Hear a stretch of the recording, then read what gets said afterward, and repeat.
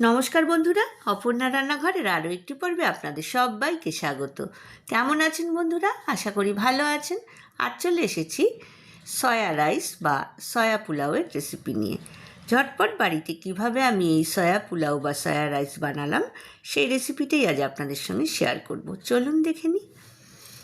তার জন্য আমি নিয়েছি 500 গ্রাম বাসমতি রাইস। ভালোভাবে ধুয়ে জল ঝরিয়ে একটা জায়গায় রেখেছি। অপরদিকে গ্যাস ওভেনে আমি একটা কড়াই বসিয়ে দিয়েছি। কড়াইতে দিয়ে দিলাম 2 টেবিল স্পুন রিফাইন অয়েল আর 1 টেবিল স্পুন ঘি। তেল বা ঘিটা দুটো গরম হয়ে যাওয়ার পর আমি এর মধ্যে দিয়ে দেব দুটো ছোট এলাচ, একটা বড় এলাচ, 3টে দারচিনি, একটা স্টার অ্যানিস। খুব ভালো করে ফোড়নটাকে ভেজে নেব। বন্ধুরা যারা প্রথম থেকে আমার সঙ্গে আছেন তাদেরকে অনেক ধন্যবাদ। আর যেসব বন্ধুরা প্রথম আমার চ্যানেলে ভিজিট করছেন তাদেরকে আমার চ্যানেলে স্বাগত জানাই। এইবার এর মধ্যে দিয়ে দিলাম 1/4 টিস্পুন গোটা জিরে। জিরেটাকেও ভালো করে ভেজে নিলাম।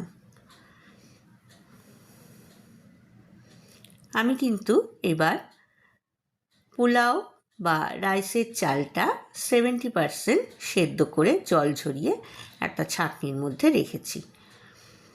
দিয়ে দিলাম 1 মুঠো করে কাজু কিশমিশ। এটা সম্পূর্ণই অপশনাল, যতটা ইচ্ছে ততটাই কিন্তু ব্যবহার করা যেতে পারে। আর দিয়ে দিলাম 1 কাপ সয়াটাকে আমি সামান্য একটু নুন আর হলুদ দিয়ে সেদ্ধ করে জল ঝরিয়ে এইবার কড়াইয়ের মধ্যে দিয়ে ভালো করে নাড়াচাড়া করে নিচ্ছি। দিয়ে দিলাম সামান্য একটু মশলা, যেই মশলার মধ্যে আছে একটু আদা বাটা, একটু জিরের গুঁড়ো, একটু কাশ্মীরি লাল লঙ্কার গুঁড়ো আর একটু টমেটো পেস্ট।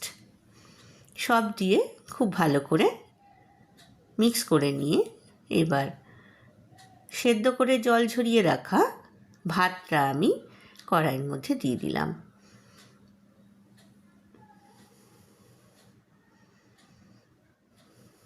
এটা কিন্তু একদম শর্টকাট পদ্ধতি। আপনারা ইচ্ছা করলে কিন্তু চালটাকেও দিয়ে পোলাও বানাতে পারেন।